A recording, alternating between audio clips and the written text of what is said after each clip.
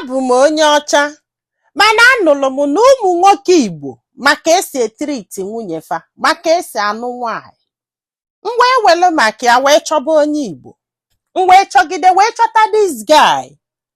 In fact, m ga-agwa kene gị na ndụ desperate then. So nya wefu this guy not do 50 years old. No si Naija na-abịa afịa ọ nọ si ọ na. In fact, no a rich man. O nwesịrị ụlọ na other countries. Nwekwa ụlọ n'obodo Fabi ọta na. Ọ sị m nne ọkwa ya o. Ya na ya na-abọ wee kwụba. Nya wee jụọ nya si ama ọnụgo nwaanyị. Ọ sị mba na ya anụbe nwaanyị. Nya si ya na ya dị interested. Na ya na unu na-anụta nwaanyị ọfụma. Ọ sị ya yes na fa na-eme ọfụma na ọ bụ na ọ chọrọ na ya nwadokwa willing to marry her. Fana abọ wee kwụsị o wee daba alọfa si m nno wee kpọli ya wee gaa na one house nwanụ wee luo pụlụsọ ndị be anyị jụrụ ebe afọ. They welcomed her. They accepted her like family ghọta now. Na-adụ very happy etu ndị isi wee welcome ya na-akpụ ya nwunye ha our wife ihe a na-adị everywhere. Ọ sị m nya wee kwelu ya na ya na-abọ wee bili. Ọ sị m nne o nne a jụrụ ese nne a bara na this family welcome onya nya accept to everything. Si ihe pụta na ya ka afụba. Ọ sị m this guy wee je go n'ọzọ ịghọta na because ọ na-abụ ọbịa o je nọnụ na nke ndị afọ ọ kpọtara ya na ya and ọnya nwa nwu na afọ o wee go n'ọzọ fana abụọ wee bili ebe afọ ọ nọ ọ travel ọ travel no once or twice ka ya na ya na-abọ ma travel.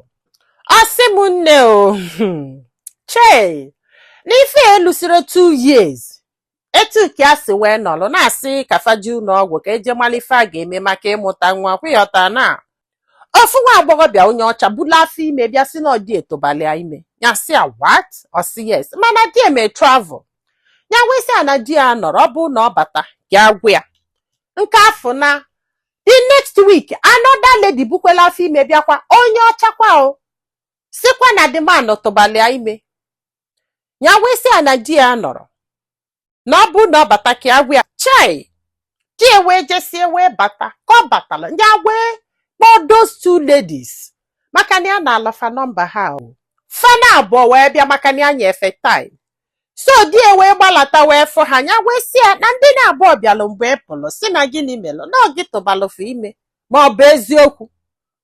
Ọ sị m di kwụọ nọla ana kwụrụ ọtọ jee na ba weta mmanya gbanye bulu mmanya n'aka bịa nọla ana si ya na ihe a bụ nnọọ just baby mama ya yọta na ọ sị ya na o kwesịrị ịma na ya nwebulu somebody na ndụ ya before fana abụọ wee kwụ and na ya da anụfa anụ and na ya da akwado ịnụ ha not just a baby mama ka ha ga-abụ na ndụ ya na ya do sorry na ya gwara ya na ya kara egwu ya ya wee sị ya na ihe a bụ marriage before you go into marriage na ị kwesịrị ịgwa onye afọ what is on ground etu ya si wee gwa ya everything.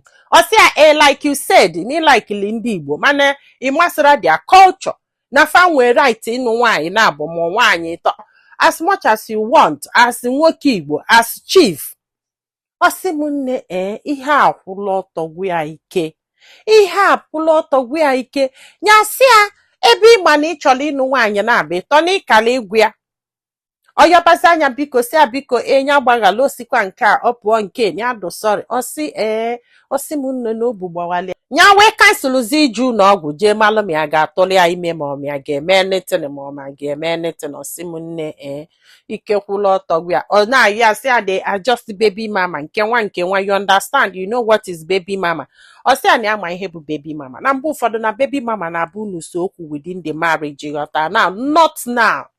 Ọ sị m nne nya wee bele akwa wee jebe na that family ọkpịa je na-atalia so much nya wee lu ebe afọ wee bebe hai ka a na-ebe fancha niile solie na-ebe. Ọ sị m ada that woman wee pụta wee sị ya I know fa wee mepe ọnụ wee kọbali asị na dị man abụrụ mmadụ na ọ bụrụ etu ndị Igbo niile si eme mana this particular one abụrụ mmadụ n'ife ọ na-eme bụ biznes ka ọ na-eme and na onugo nwaanyị na Nigeria mụta ofu nwa o chụọ the woman kulu nwa kujelu mami a n'ebe obi na Sweden n'ogolu na ebe afọ na o dobekwelu nwaanyị ebe afọ wee si na fama only 6 na onye a bụ nnọọ kasino na ọ bụrụ mmadụ Hey, osimunne o wee bulu na ife o ji wee nye ha ụlọ ebe afọ ha biwu ụlọ ya bụ maka na gịnị mee na anya na nke ada na-akwụ.